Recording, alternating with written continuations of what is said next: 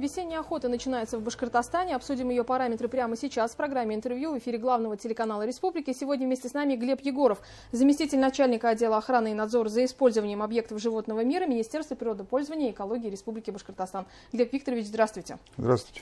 Итак, вышло распоряжение главы республики Радия Хабирова. Основные тезисы, пожалуйста, прокомментируйте. Этот документ издан на основании новых правил охоты.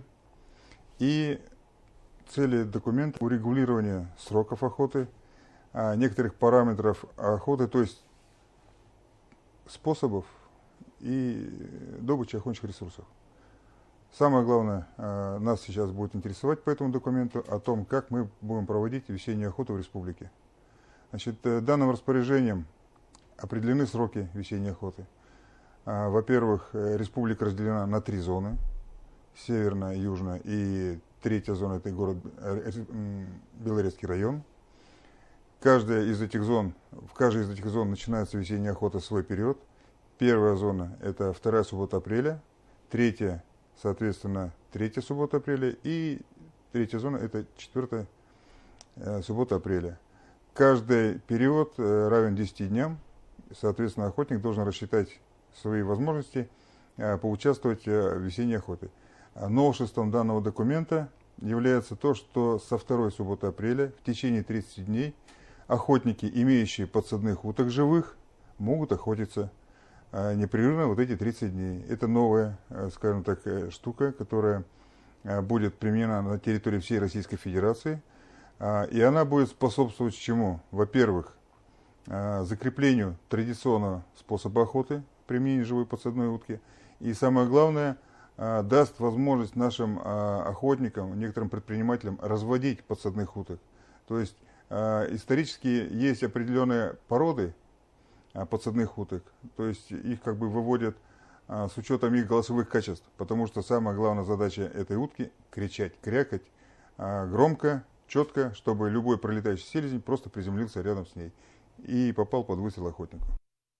Глеб Викторович, про подсадную утку вы уже упомянули. Скажите, пожалуйста, где и как ее готовят? Подсадная утка традиционно — это животное, скажем так, птица, которая выведена уже давно, изъята, скажем так, из дикой природы и культивировалась многие годы, скажем так, у человека. И в ходе выращивания этой утки выбираются, такие самочки, самые крикливые, у которых голос четкий, доносчивый. Получается, что в течение круглого года птица содержится как обычная домашняя птица, и сейчас начинается период, когда ее подготавливают к весенней охоте. То есть ее выставляют к водоему, выставляют на открытые места, чтобы она видела пролетающую птицу. Если сейчас уже начнется, скажем так, перелет водоплавающий, чтобы она это видела и уже получила определенный контакт, и у нее появилось желание кричать, приманивать самцов. Что касается оружия, какие требования здесь? К оружию тоже придется отнестись более серьезно. Весной у нас запрещена охота с нарезанным оружием, поэтому каждый охотник, который будет планировать охоту весной, необходимо подготовить гладкоствольное оружие. Патроны должны быть дробовые. Чем обусловлено разделение республики на 3 зоны для охоты? Самое главное — это климатические особенности. Мы проанализировали погодные условия на протяжении ряда лет, во-первых. Во-вторых,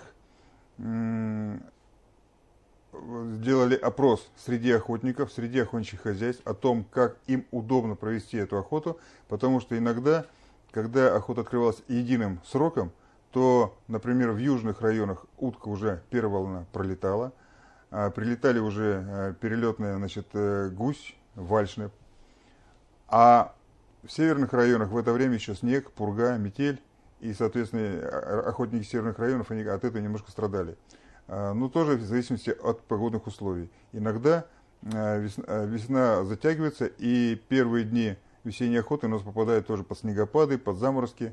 Основная часть, конечно, водных объектов у нас покрыта еще льдом, и она будет продолжаться покрытой льдом, но охотник как раз применяя этот новый традиционный способ, подсадную утку, он способны привлекать самцов утки и добывать их.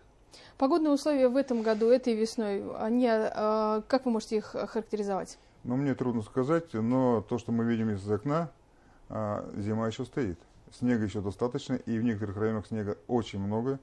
И есть определенно, скажем так, вот, сомнение, что к открытию весенней охоты снег в основном ставят. Нет, конечно. В лесной части, в лесной зоне снег будет продолжать лежать, но в лесной зоне мы охотимся традиционно на тетерева и глухаря, и открытие, скажем так, земной поверхности не требуется.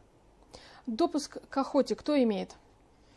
Значит, к охоте допускаются граждане, имеющие охотничий билет, во-первых, имеющие на охотничье оружие соответствующее разрешение на право ношения и хранения.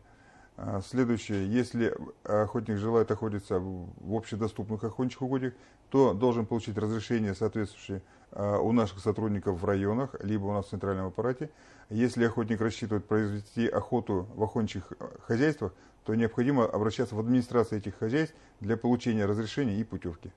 По браконьерам какая профилактическая работа проводится и насколько в этой части остро стоит проблема? Ну, я бы сказал, что острота проблемы с незаконной охотой у нас за последние 3-4-5 лет заметно снижается. Почему? 2 года назад внесены изменения в Уголовный кодекс, усилена ответственность вплоть до лишения свободы, увеличены размеры штрафов, потом увеличены размеры такс при расчете ущерба в 2 раза. То есть нарушение охоты и незаконной добычи животных – это достаточно весомое наказание получается для гражданина. А профилактические какие мероприятия проводятся? С целью профилактики, ну вот, во-первых, мы с вами общаемся, доводим до широкого круга лиц информацию, и эта информация важна не только для охотников, но и для тех людей, которые хотят стать охотниками, и просто, скажем, люди, которые интересуются природой, жизнью природы, сохранением природных ресурсов. Поскольку правила охоты и эти параметры охоты, они настроены, во-первых, для сохранения охотничьих ресурсов. В рейдах кто участвует также? Рейдовые мероприятия проводятся у нас регулярно и усиливаются в периоды как раз начала периода какого-то охоты. Например, вот сейчас весенняя охота, если открывается 10 апреля, соответственно, накануне 8-9 мы усиленно поработаем, потому что бывают люди, которые желают до открытия, скажем так, массовой охоты побывать в угодьях и добыть какое-то животное. Вот. Эти случаи мы пресекаем. Ну и затем ежедневно будем планировать мероприятия, в том числе привлекать к этим мероприятиям Росгвардию и сотрудников полиции, которые на месте нам помогают как бы с точки зрения безопасности, а с другой стороны они контролируют оборот оружия. Глеб Викторович, напомните, пожалуйста, санкции и штрафные санкции в отношении браконьеров. Значит, если нарушитель нарушает правила охоты, не содержащие признаки преступления, то мы оцениваем эти действия как совершение административного правонарушения. И административный кодекс предусматривает административную ответственность в виде штрафа от 500 до 4000 рублей, если это гражданин. Ну, соответственно, если должностное лицо, там штраф будет больше. Угу. Подготовку угодий, как вы оцениваете, какая работа проведена в этой части? Ну, сейчас, если мы отойдем немножко от темы весенней охоты, сейчас завершается мероприятие по сохранению охотничьих ресурсов в период глубокоснежия. То есть вот сейчас, последние недели 2-3 и еще в ближайшие 2 недели, это критический момент для копытных животных, поскольку глубина снега большая, снег этих животных уже не держит.